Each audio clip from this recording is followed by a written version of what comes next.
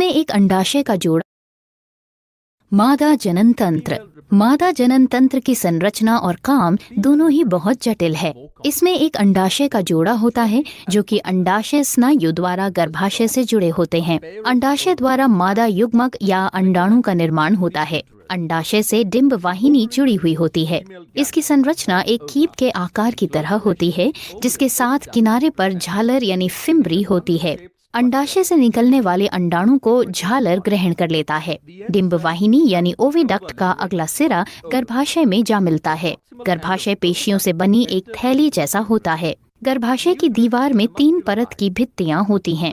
सबसे बाहरी पतली सी भित्ति परिगर्भाशय यानी पेरीमेट्रियम, बीच या मध्य की मोटी और मुलायम परत पेशी स्तर यानी मायोमेट्रियम और सबसे अंदर की ग्रंथियों की परत को अंतस्तर यानी इंडोमेट्रियम कहते हैं, जो कि गर्भाशय गुहा के चारों तरफ होती है। मासिक चक्र के समय अंतस्तर यानी इंडोमेट्रियम में चक्रीय बदलाव होते हैं, जबकि बच्चा पैदा होते समय पेशी स्तर यानी मायोकार्डियम में जबरदस्त संकुचन होता है। जब हार्मोन अच्छे से उत्तेजित हो जाते हैं तब गर्भाशय की अंतस्तर यानी एंडोमेट्रियल सतह में निषेचित डिंब यानी फर्टिलाइज्ड ओवम को अंदर लेने के लिए बदलाव होते हैं और इसके साथ ही गर्भाशय के अंदर भ्रूण के विकास के लिए गर्भनाल और भ्रूण की खाल बनती है।